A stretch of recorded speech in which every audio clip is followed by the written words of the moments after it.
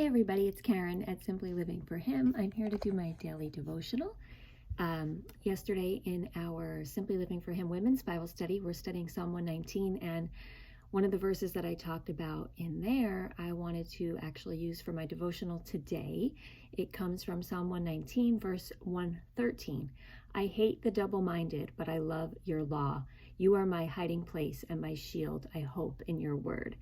And so we talked yesterday, and I really just wanted to talk with you guys in this devotional what that means, the double-minded, and how we can apply that right now to our circumstances. And we talked a lot during our Psalm 119 Bible study about wholehearted and how God wants our whole heart. You know, there are many, many, many places in the Bible where it talks about loving Him wholeheartedly with our whole heart, mind, and soul. You know, not just saying it, but doing it. And, you know, really being transformed from the inside out and not being divided, not being having your loyalties, so to speak, divided. You cannot serve two masters, as it says in Matthew. You cannot have one foot in the world, following the world, and one foot following God. Like, you literally cannot divide yourself, right? If you're on a path, you can only go one way. You can't like put one foot this way and one foot that way. You have to go one way or the other. And this idea of double-minded is actually where it says, I hate the double-minded, you know, it's actually more dangerous. And we're not talking about necessarily just evil, like, you know, God hates evil.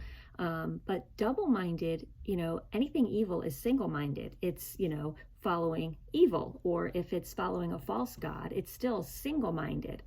Double-minded can be, you know, saying you follow God, but yet you still have one foot in the world. That's even worse here that we see that. And so I brought this idea up yesterday. You know, I love that the following verse says, you are my hiding place and my shield, because I've talked about a lot lately, the past several months. My favorite book that I've read recently is The Hiding Place, Corrie ten Boom's story.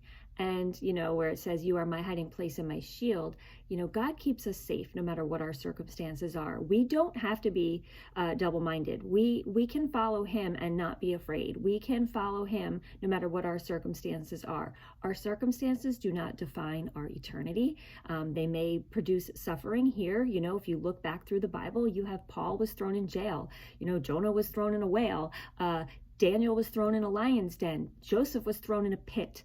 You have many persecutions, many sufferings along the way, but it doesn't change the outcome of our eternity and who we follow. So we cannot be double-minded. We cannot be looking for security on earth or in our country or in governments or in people and, you know, still be following God. We have to 100% be wholeheartedly following Him, regardless of what is swirling on around us. And a perfect example of that is Corrie ten Boom, who was thrown into concentration camps during World War II, separated from her family, separated from everything she loved, separated from her home, you know, everything familiar, and thrown into concentration camps. And guess what?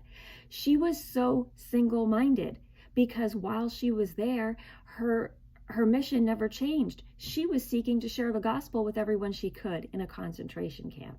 And so, you know, I love that picture. You know, Paul, he was single-minded. He was in jail. What was he doing? Writing most of the New Testament. That is single-mindedness, right? Double-minded is like, I want safety and security. I want to follow the Lord. You're not promised safety and security here on earth, but you still follow the Lord, because our ultimate hope, our ultimate trust is in the Lord. And no matter what is swirling around today, no matter how much the world feels like it's divided and there's division and hate and chaos, we are single-mindedly, wholeheartedly following the Lord, because no matter what the outcome of things here on earth, we know what is to come, and we must live single-mindedly. Like I said, I think of Corrie ten Boom. She was in a concentration camp, and her mission was to share the gospel. Her mission while she was there was always for the cause of Christ. So remember that today when you go to the news and the headlines and the social media and you start to get all worked up, stay single-mindedly focused. Okay, Lord, these circumstances are not good, right? And what if they get worse? What if Christians are persecuted? What if all these, sufferings happen? I will still follow the Lord, right? Because we know our hope is in him and not in anything here on earth.